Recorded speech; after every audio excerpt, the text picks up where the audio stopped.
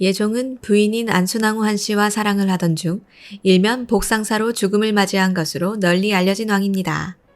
당대는 물론이고 아직까지도 흥미로운 이야깃거리로 대중들에게 회자되고 있는데 그 사건의 진실은 무엇일까요? 조선시대 대부분의 국왕과 중전은 사실상 사랑과 애정보다는 형식적인 공무영장인 관계가 많았습니다. 왕이 진짜 사랑했던 여인들은 대개 후궁 중에서 나타나는 경우가 많았는데 특이하게도 예종은 그렇지 않았습니다. 아버지인 수양대군 역시 정유왕후와 사이가 좋았는데 이와 더불어 예종과 안순왕후의 사이도 몹시나 좋았던 것으로 보입니다. 애초에 예종은 수양대군의 둘째 아들이었기에 국왕이 될 수는 없었지만 1457년 형인 의경세자의 죽음으로 인해 갑작스레 세자가 되었습니다. 이후 1460년에 당대의 권신인 한명회의 딸 한씨를 세자빈으로 맞이했는데 당시 예종은 11세였고 세자빈 한씨는 16세였습니다. 예종이 대단했던 것은 혼이 난 다음 해 세자빈 한씨가 바로 임신을 하여 원손인 인성대군을 낳았다는 점입니다. 12살의 나이에 이미 아버지가 된 것이었으니 어린 나이에 남자로서의 탁월한 능력을 보여준 셈이었습니다. 그런데 한명회의 딸인 세자빈 한씨는 1461년 인성대군을 낳고 며칠 뒤 산후병으로 요절을 하였고 한명회의 외손자인 인성대군 역시 얼마 살지 못하고 3세의 어린 나이에 사망하게 되었습니다. 이후 예종의 두 번째 부인으로 들어오게 된 것이 바로 안순왕후 한씨였는데 그녀는 1463년 동궁의 종오품 후궁인 소운에 간택됩니다. 안순왕후는 당시 후궁의 입장이었으나 세자빈이 없었기에 실질적인 빈의 예로 대우받았던 것으로 보입니다. 이후 1468년 9월 7일 세조가 사망하자 예종은 국왕으로 즉위하게 되었고 자연스럽게 안순왕후 한씨는 조선 예종의 비로 세자빈 자리를 거치지 않고 바로 왕비로 올라간 특이한 전력을 가지게 되었습니다. 예종과 안순왕후의 부부 사이는 예종이 왕이 되기 전 세자 시절부터 몹시 좋았다고 전합니다.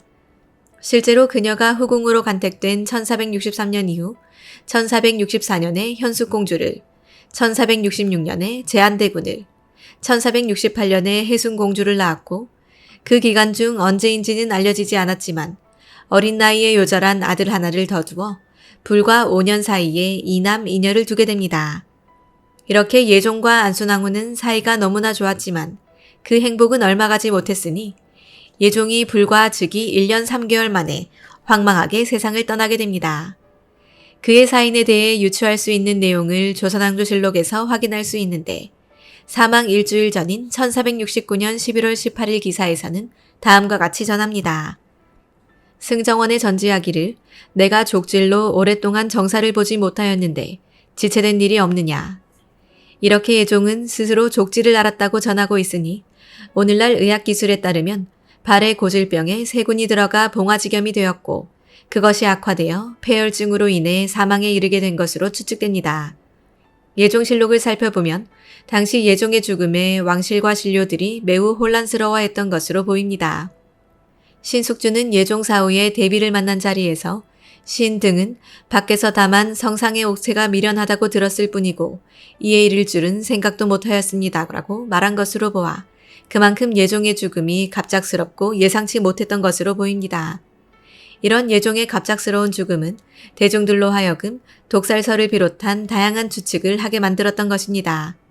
그 다양한 설들 중에서는 12살의 어린 나이에 이미 아들을 낳았고 이후 안순왕후와 거의 연년생으로 자식 넷을 낳았다는 점을 강조하여 복상사라는 사인이 그럴듯한 설득력을 가지게 되어 흥미로운 이야깃거리로 대중들에게 회자된 것으로 보입니다. 이렇게 예종 복상사설은 자식을 지나치게 일찍 봤다는 부분과 그의 갑작스러운 죽음을 설득력 있게 연결하여 만들어진 스토리로 추측됩니다. 한편 예종 사후 그의 아들인 제한대군이 어리다는 이유로 의경세자의 차남을 국왕으로 옹립하게 됩니다. 이 같은 결정으로 인해 안순왕후 한씨는 살아남기 위해 끊임없이 눈치를 볼 수밖에 없는 삶을 살게 되었고 1499년 55세의 나이로 세상을 떠나게 됩니다.